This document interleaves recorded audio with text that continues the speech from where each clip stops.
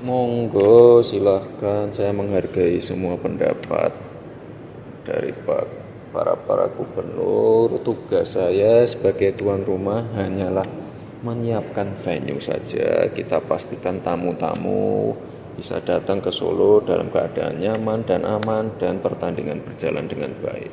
Ya, urusan Israel saya kembalikan lagi ke para pimpinan ya. Ini kan Pak Ganjar juga sudah menolak Mas terkait Silahkan. sebagai kader PDI dan juga kepala daerah, Tugas saya hanya menyiapkan venue. keputusannya di FIFA dan PSSI. Boleh minta Ya kalau menurut saya ya gini ya, sekarang ini rame-rame FIFA soal penolakan Israel dan lain-lainnya. Ya saya sebetulnya berharap bahwa semua orang itu ketika mereka berpikir tentang Palestina, ingin membela Palestina, mereka bukan cuma teriak lalu tidur. Apa yang harus dilakukan selanjutnya itu loh apa? Kemana arah dari solusi ini yang harus dipikirkan. Dan menurut saya kalau kita lihat bagaimana lanskap persoalan yang ada, yang pertama-tama yang harus diperkuat adalah itu tadi internasionalisme dan multilateralisme. Dan ini saya kira merupakan mandat dari proklamasi, mandat dari para bapak pendiri bangsa. Bahwa kita tidak hanya harus berpikir tentang Indonesia, kemudian berpikir secara parsial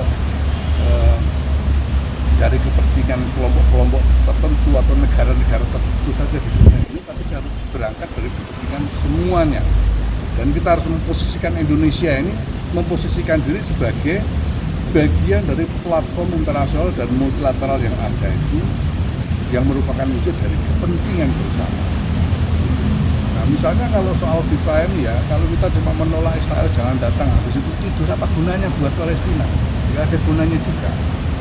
Tapi kalau kita kembangkan positioning Indonesia melalui FIFA ini, sehingga kita betul-betul punya posisi moral yang meningkat untuk terus mengartikulasikan arah dari solusi masalah Palestina, nah itu saya kira lebih konstruktif daripada sekedar protes tidur.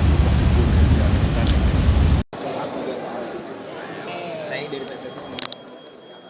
Karena penolakan di masyarakat seperti hari ini kan demo juga masih berjalan soal penolakan timnas Israel. Ya seperti yang pernah disampaikan ya dari Bapak Ketua Umum dan juga Bapak Wakil Ketua Umum, bahwa yang pertama kami fokus kepada teknis penyelenggaraan. Bahwa PSSI fokus untuk teknis tim nasional, persiapan tim nasional yang pertama. Dan karena surat penunjukan U20 itu memang telah kami terima dari 2019, kemudian edisinya cancel 2021 dan menjadi 2023, ada certain dokumen untuk persiapan teknis yang harus kita persiapkan. Lapangan, venue, operation, media, promotion, event promotion, dan lain sebagainya. Services, karena nanti akan ada tim workshop dan lain-lain. Jadi untuk dari sisi PSSI kita fokus terhadap hal tersebut gitu. Isu-isu yang lain yang timbul dan semua hal-hal kondisi yang timbul diantaranya itu kita tahu bahwa pemerintah ada bersama-sama dengan kita sejak awal sampai dengan hari ini, dan kami yakin itu ada menjadi sinergi yang sangat baik antara PSSI dan pemerintah, itu aja. Tapi kami sebagai PSSI fokus untuk teknis penyelenggaraan karena teknis penyelenggaraan ini sangat kompleks ya gitu, apalagi yang kedua juga prestasi. Tim yang ada kemarin menembak, bulu tangkis semua, ya kita harus menerima negara manapun. Termasuk sengketa Taiwan dengan China pun ya kan itu konsekuensinya. Atau kita tidak membidding, dan saya mohon maaf loh, saya ini kan baru jadi ketua PSSI. Ya proses biddingnya saya tidak ikut. Saya ini bagian hanya merapikan pekerjaan yang tidak rapih. Nah, dan tentu saya sangat terbebani ya, karena itu saya ambil alih ya dengan maksud baik, tidak menyalahkan siapa-siapa, karena saya yang penting nomor satu, muka kita harus kita selamatkan. Ya, kalau bagi gubernur tentu saja ya, kalau umpama mengirim surat ada mekanismenya, sehingga nanti akan ditanggapi, akan dibicarakan secara internal dengan baik.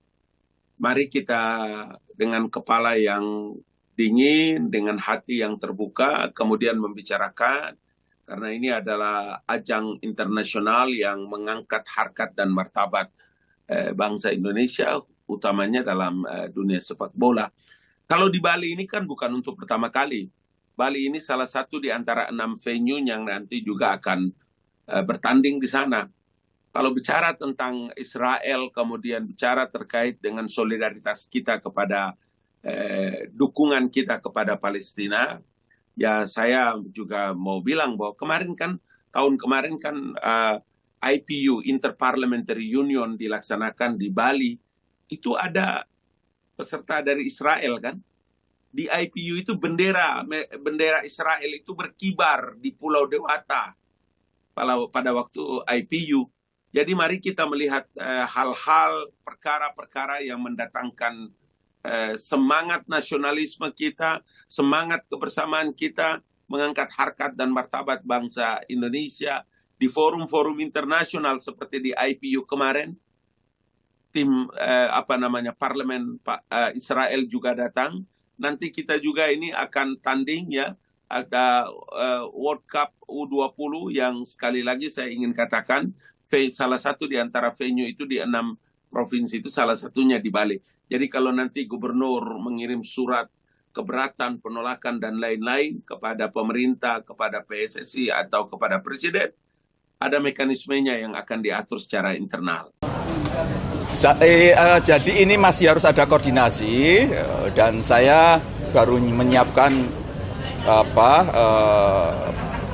beberapa pihak yang akan harus segera saya kontak.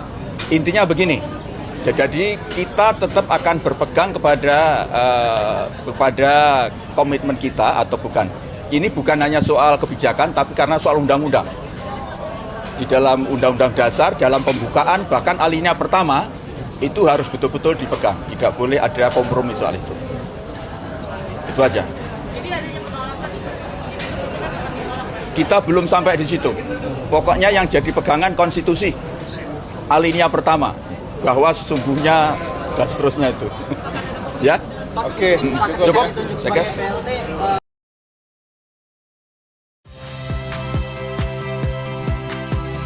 Saya Iriana Mardanus.